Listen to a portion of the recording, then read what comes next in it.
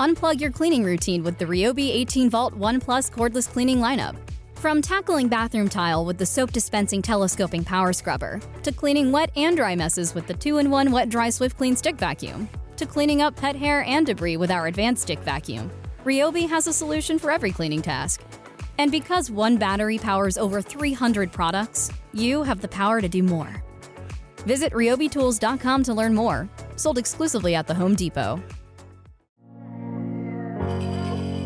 Welcome to the Beautifully Broken podcast, brought to you by AquaCure. I'm your host, Freddie Kimmel, and on this show we discuss the common thread survivors share after walking through the fire, the practitioners making a difference, and the treatment modalities that deliver healing back into the hands of the people who need it most. Witness the inspiration we gain by navigating the human experience with grace, humility, and a healthy dose of mistakes. Because part of being human is being beautifully broken. The busy bee syndrome. I have coached for years on health and wellness before acquiring any formal training, and I picked up a lot of knowledge by navigating my own medical conditions and seeing countless doctors who knew a fraction of what I did, but what I had discovered was through self-experimentation. And I have to say, at the end of the day, there's no teacher like the firm backhand of life. And while these informal coaching situations, which I used to get involved in, commonly involved exchanging supplement recommendations and workout tips while sharing a little coffee at Starbucks, it was something that came easy to me and I loved it. You see, in that fight or flight scenario, my brain had no choice but to soak up the means by which nicotinamide riboside fueled the backside of the mitochondrial energy pathway, or how deuterium-depleted water helped to remove excessive heavy hydrogen isotopes as they were clogging the little nanomotors inside each cell. So, in short, I was addicted to information. This lifelong learner continued to acquire certification after certification because I got really amped up about coaching. So I went to the International Sports Science Association. I got a Reiki certification. I went to the University of Colorado for gut health, and most recently, the Institute of Functional Health Coaching. However, with or without formal training, I would continue to see patterns in my clients, both before and after all these certifications. I would have amazing clients who flew into action. I jumped, they'd say how high. 40, 50, 100-pound weight loss stories was not uncommon. Confidence went up, energy went up, better pooping from everybody across the board, brain fog was a thing of the past, overall health improved just by focusing on the health of the cell. If your cells are healthy, you'll be healthy. And I would also have clients who hit a roadblock at some point in our adventure who would turn to "I'm too busy" as an excuse. So suddenly the work, the schoolwork, family, the wild pace of life, whatever, it took priority over the work we had set out to do a few months before. Food journals were empty, homework was pushed off to the next week, and these emails that we exchanged were slow to be returned. And the funny thing is, I could always feel it coming, like when you're dating somebody and that text message that was once returned in seconds turns to a few hours and then a couple days. Even with the excuses, in your heart, the honeymoon, it's over. And in some cases, you get completely ghosted. Can I sidebar for a second on being ghosted? It is the lowest form of retreat from a relationship possible, personal or professional. The questions and suffering you leave that other person with is not only cruel, but it deprives them of the information they had earned to be able to move forward with the possibility of growth. Back to the coaching. So at the onset of these coaching relationships, right, the inspiration is palpable. That first session is filled with a barrage of questions in an attempt to define what a dream life looks like. And then we just reverse engineer backwards. Now, if I had a magic wand, what would that change? And I got to tell you, these questions open a floodgate of unvisited dreams and plans that have been stocked away in the body for far too long. Now, next, we'd lay out a roadmap. I'll present a little science, what it says about the food, the movement, the good habit-forming techniques, and the perception of stress. Maybe we'll add in a little biohacking element like some PEMF or red light therapy or maybe the life extension benefits of a sauna. I offer numerous options, and then that client is going to make the decision based on what resonates in their body for that day. So that's the plan. And I bring plenty of motivation, and we have supporting facts, and we have a goal, and we have an exchange. This is very important. We have an exchange of green energy because you got to have skin in the game if you want to see a return on your investment. But wait a minute. Again, enter that excuse. I'm too busy. It would still happen, even with all this information and all this planning. Now, we all get busy and we all fall off track. This is a real thing in the modern world that we have designed. However, I want you to consider, and just hear me on this, in your car, on the bike, in the gym, take this excuse off your list. And I'm going to make a really good case for it. Or at least I'm going to turn to Debbie Millman, and she's going to do it. Because Debbie Millman is one of the most successful graphic artists in the world. Here, Debbie gives her take on this frequently given excuse. And I quote, "Of the many, many excuses people use to rationalize why they can't do something, the excuse, 'I'm too busy,' is not only the most inauthentic, it's also the laziest. I don't believe in too busy. I think that busy is a decision. We do the things we want to do, period. If we say we are too busy, it's shorthand for not important enough. It means you would rather be doing something else that you consider more important. That thing could be sleep, it could be sex, it could be watching Game of Thrones. And if we use busy as an excuse for not doing something, what we are really saying is it's not a priority. Simply put, you don't find time to do something. You make time to do things. We are now living in the society that sees busy as a badge. It has become a cultural cachet to use the excuse, 'I am too busy,' as a reason for not doing anything we don't feel like doing. The problem is this. If you let yourself off the hook for not doing something for any reason, you won't ever do it. If you want something, do it.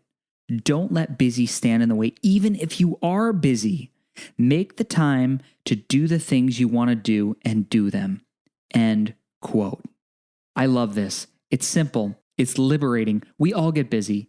No one is arguing that. Just know that busy is a choice and nothing is forced upon you.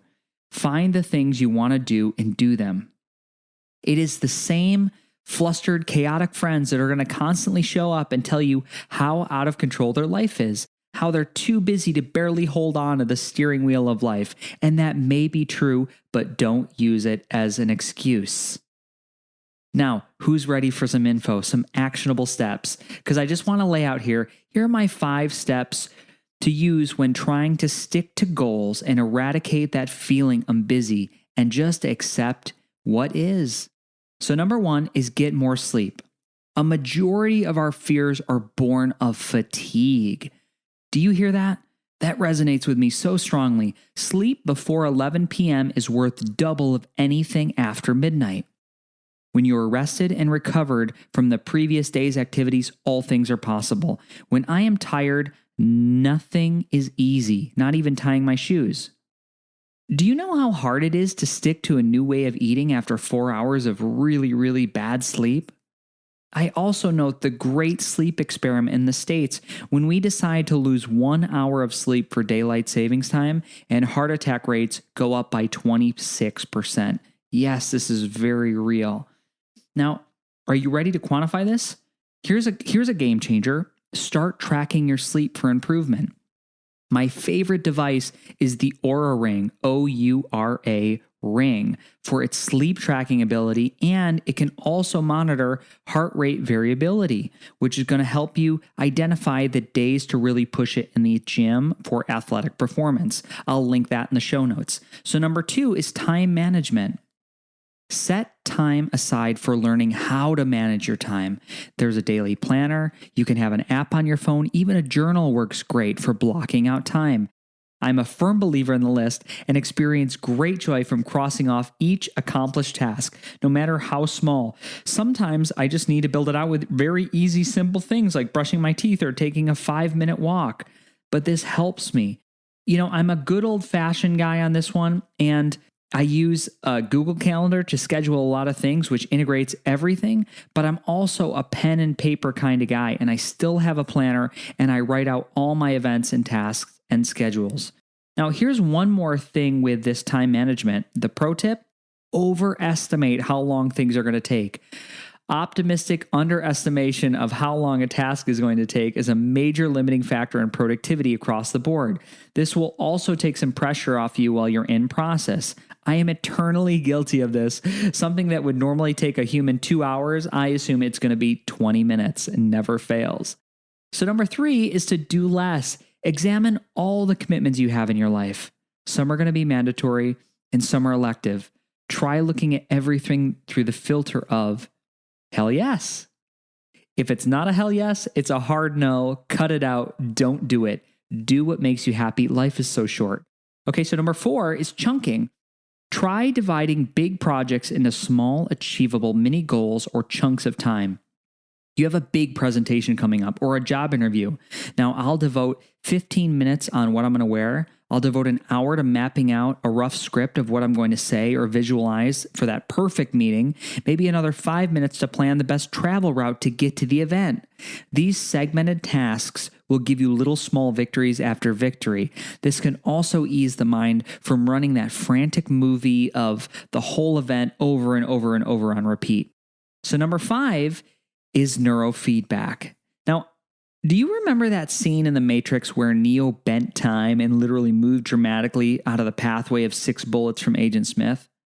Well, you actually have the power to do that in your mind when it's functioning in peak performance. Bend time? Why not? So I can equate this training to meditating with an active feedback loop, giving your brain that information it needs to create faster, more efficient pathways in thinking. Now, I recently had the opportunity to try the neural optimal equipment from my friend Alex, connecting several diodes to my ears and my scalp, and I listened to a calming song through headphones, basically meditating. But when my mind would wander away from the meditative state, I would hear a skip in the music. And now, I know this may sound frustrating, but I was really flying by the end of the session and throughout the day. I felt this odd superior connection to my hands, strangely enough, and hands and feet, and it actually felt different to walk through space because of my mind-body connection. And that was one session. I really felt different. So while this is something to explore, I wanted to give the biohackers out there something besides the standard old answer of meditate, dude. Although yes, you do need to meditate. Meditate for the brain that you want to save, just like brush the teeth you want to keep. You know, time perception from the observer, it can be sped up or it can slow down based on the activity in your brain.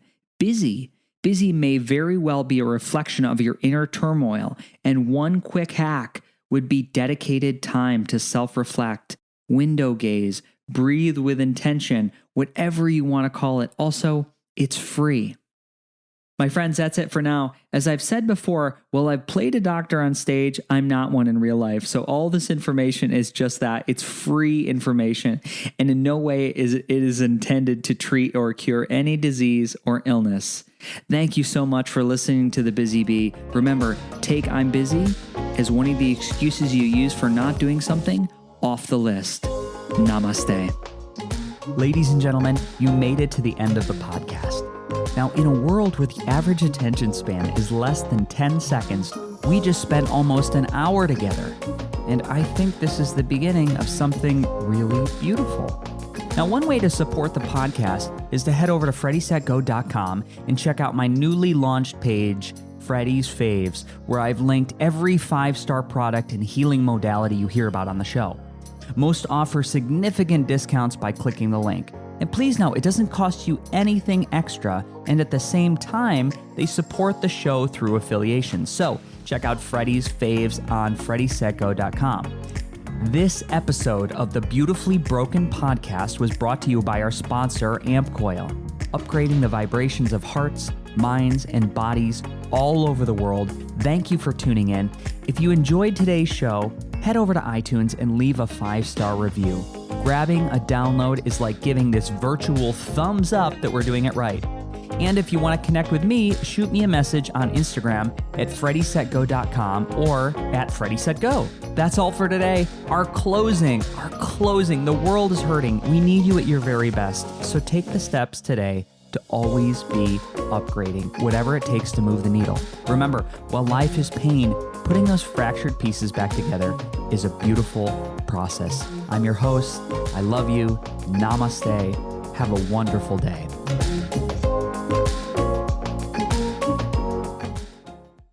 Unplug your cleaning routine with the Ryobi 18V One Plus cordless cleaning lineup. Our powerful and versatile tools make cleaning a breeze. One battery powers over 300 products, giving you the power to do more. Visit ryobitools.com to learn more, exclusively at the Home Depot.